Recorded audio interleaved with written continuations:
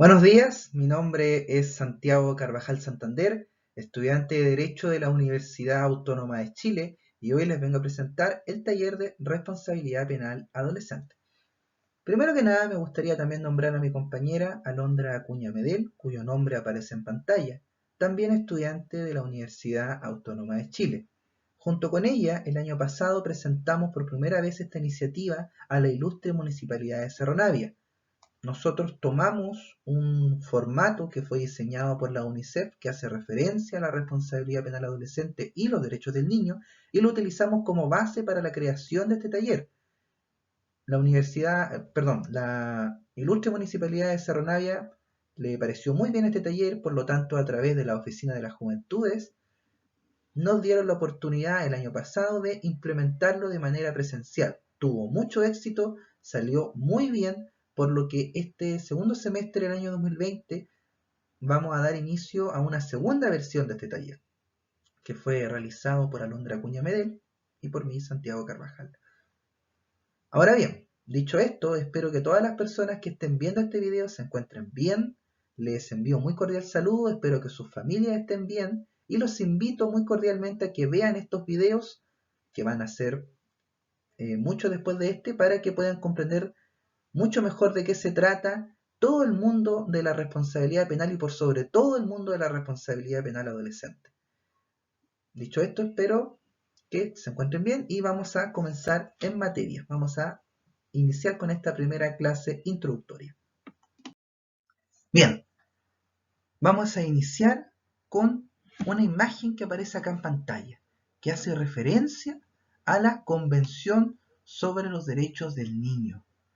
¿Por qué esta Convención sobre los Derechos del Niño será tan importante? Bueno, porque la Convención sobre los Derechos del Niño es la base de la Ley 20.084, también conocida como la Ley de Responsabilidad Penal Adolescente, que fue creada el 8 de junio del año 2007. Pero hagamos un alto primero. Nos vamos a desviar un poco del derecho penal y vamos a entrar un poquitito, muy poquitito, en lo que sería derecho constitucional. ¿Por qué? Porque cuando nuestro país ratifica cualquier tratado que verse sobre derechos humanos, sobre materia de derechos humanos, inmediatamente, por ejemplo, acá la Convención sobre Derechos del Niño, adquiere rango constitucional. Y yo lo pongo acá con estas siglas CPR. Ustedes se preguntarán quizás qué significa CPR. CPR significa Constitución Política de la República. Entonces la Convención sobre Derechos del Niño, que fue ratificada por Chile el 14 de agosto de 1990 durante el gobierno de Patricio Aylwin, una vez que es ratificada, adquiere la misma importancia, el mismo poder que la Constitución. Ahora bien, ¿por qué es tan importante esto? Ustedes se preguntarán, ¿qué tiene de importante que tenga rango constitucional? Bueno, la Constitución, como bien sabrán, es la norma más importante en el ordenamiento jurídico. No solo porque tenga un nombre bonito, etcétera, etcétera, etcétera, sino porque la Constitución es la ley de las leyes. ¿Qué quiere decir esto? Todas las leyes que se creen después de existir una constitución tienen que adecuarse al margen constitucional que la misma constitución establece. Eso a lo mejor no se puede entender muy bien, pero lo vamos a explicar con un dibujito, ¿ya? Miren, este margen amarillo que estoy haciendo yo acá va a representar lo que yo les acabo de decir, el margen constitucional. Y estas líneas azules que yo voy a hacer acá van a representar leyes como la ley de responsabilidad penal adolescente, la ley Cholito, por ejemplo, la ley del tránsito, no sé, leyes de carácter administrativo, decretos que crea el presidente de la República, etcétera, etcétera, etcétera. ¿Qué pasa si el Congreso Nacional despacha una ley que se encuentra aquí, fuera del rango constitucional? O sea, lo envía para acá. Inmediatamente lo que se conoce como Tribunal Constitucional lo va a eliminar. ¿Bien? Lo va a eliminar. ¿Por qué? Porque se salió del margen que establece la Constitución. Eso es una mirada muy básica de lo que sería un poquito derecho constitucional quizá. Pero nos sirve para comprender por qué era tan importante que Chile ratificara la Convención de Derechos del Niño. Porque la ley de responsabilidad penal adolescente crea un derecho penal diferente, un derecho penal, incluso podríamos decir un derecho penal que se diferencia muchas cosas del derecho penal general, que es el que se nos aplica a nosotros los adultos. ¿Por qué? Porque no puede pasar a transgredir ninguna de las normas, ninguno de los principios que estableció la Convención de Derechos del Niño. Ahora bien, ¿por qué digo yo esto? Porque un adolescente es un niño, a ojos del derecho es un niño. ¿Qué es un adolescente? Como aparece en pantalla, y acá lo voy a remarcar por si no lo han visto, un adolescente es aquella persona menor de 18 años y mayor de 14 años. Eso es un adolescente con responsabilidad penal, diferenciada de nosotros los adultos, pero con responsabilidad penal al fin y al cabo. Bien, dicho esto ya podemos continuar porque ya hemos entendido más o menos de qué se trataba esto, la base de la responsabilidad penal adolescente. Bien, vamos ahora a hacer la diferenciación entre los tipos de delitos, ¿cierto? Existen dentro de los delitos los crímenes, los simples delitos y las faltas. Aquí vamos a detenernos un poco porque se suele creer, a mí también me pasó muchas veces, que las faltas no son delitos, sino que son faltas como si fuera así una categoría distinta, por así decirlo, y no lo son. Las faltas son delitos. Ahora, ustedes se preguntarán, ¿cuál es la diferencia entonces entre un crimen o un predelito y una falta? Bueno, la diferencia está acá. La pena o la sanción son distintos. Veamos. Las faltas, por ejemplo, es un delito cuya pena no supera los 60 días. Los simples delitos es un delito cuya pena es mayor a 61 días y menor a 5 años, mientras que los crímenes, su pena es de 5 años y un día hacia arriba. Bien, eso ya sería a modo muy general. Sigamos. Vamos a ver ahora un caso particular, los casos particulares de la ley 20.000, ¿cierto? Y aquí tenemos, vamos a hacer una línea acá para no confundirnos, el caso aquí de los menores de 14 a 15 años. Los menores de 14 a 15 años, según la ley 20.084, no tienen responsabilidad penal respecto a las faltas, o sea, delitos cuya pena no supera los 60 días. Ejemplo de esto. Usted está en la playa, está en el campo con sus amigos, todos de 14 a 15 años. Hay un predio, ¿cierto? Un campo, una propiedad privada. Dentro de esta propiedad privada hay una laguna artificial, obvio, por eso no se puede entrar, porque si fuera público ustedes saben que se puede pasar. Es privada. Como la laguna Karen, la que está fuera de Santiago. Les gusta mucho, quieren pescar. Rompen el cerco perimetral, a pesar de que en el cerco perimetral había un cartel gigantesco que decía propiedad privada, no entrar. Y además vino un adulto y les dijo no pueden pasar. Pero ustedes pasaron igual. Entraron con sus cañas de pescar y se dispusieron a pescar.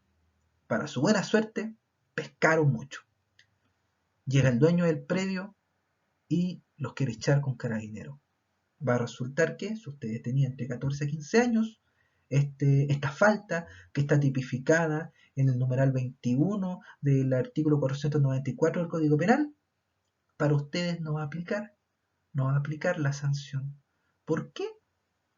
Porque ustedes tenían entre 14 a 15 años. ¿Ya? Ese es un buen ejemplo de una falta de donde no hay responsabilidad penal para los menores de 14 a 15 años. Sigamos.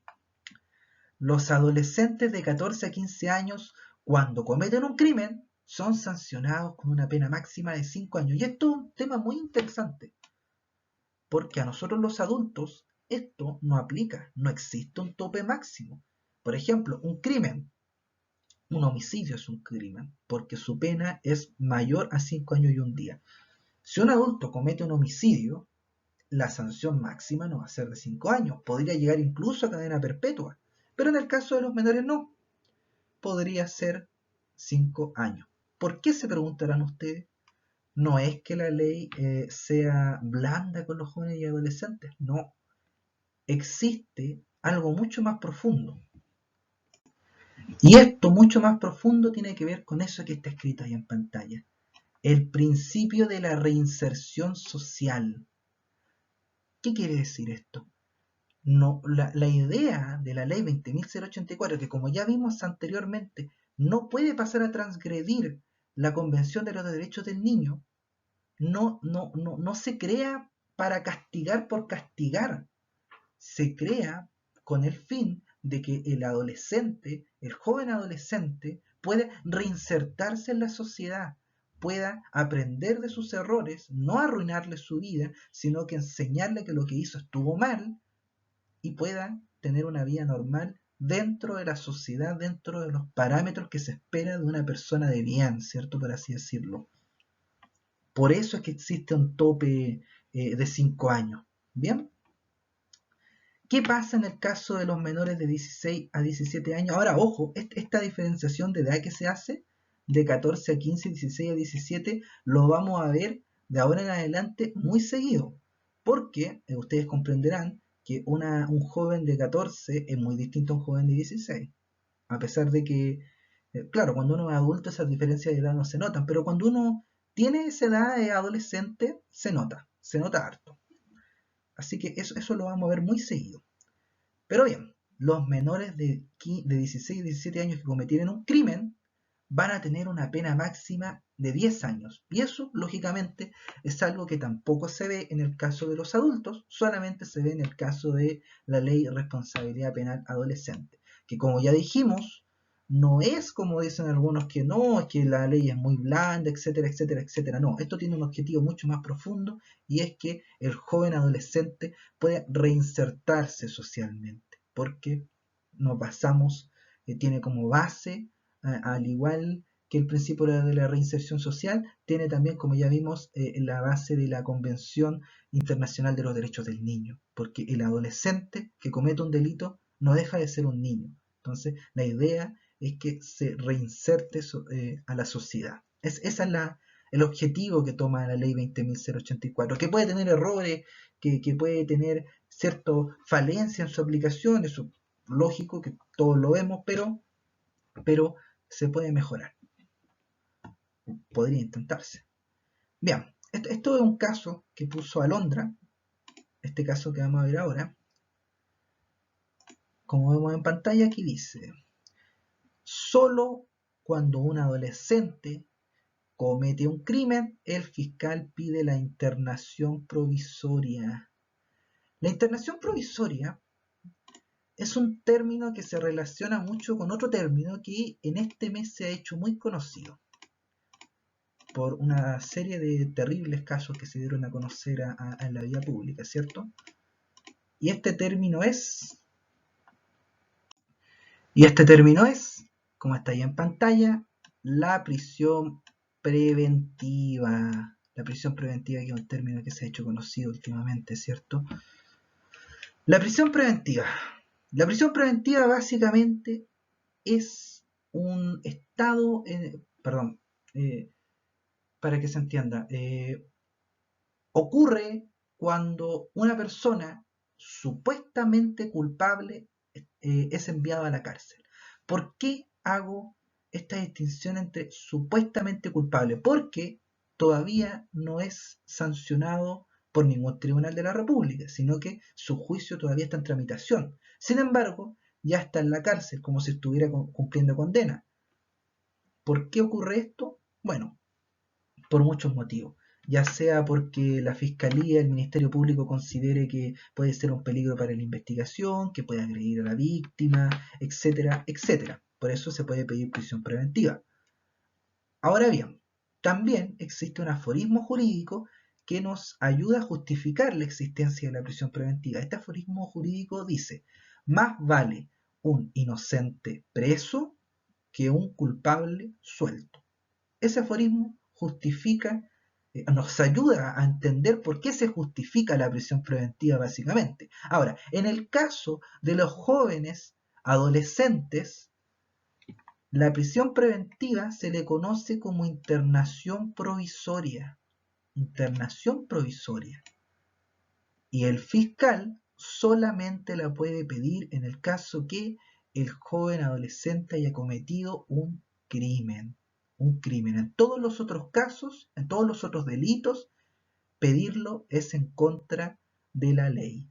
¿Bien? Bien. Dicho esto, hemos terminado esta primera sesión muy general porque todavía queda mucho por ver, pero esto ya sería lo más importante, lo más básico para que podamos ir entendiendo todo el mundo de la responsabilidad penal, sobre todo de la responsabilidad penal adolescente. Pero ya con esto ya tenemos parte de las bases, ¿no? Así que hemos terminado este primer video, espero les haya gustado, espero que estén bien, que puedan seguir viendo estos videos, que yo también los pueda seguir subiendo. Le agradezco a Londra también, que si bien no pudo participar esta vez, pero ella también ayudó a hacer estos videos, así que a Londra Cuña Medel también le agradecemos mucho a mi compañera y les deseo lo mejor. Nos vemos en otra sesión, que se encuentren bien, que la pasen muy bien y cuídense, eviten salir lo más posible, el virus todavía está afuera, así que no se confíen. Nos vemos, hasta la próxima.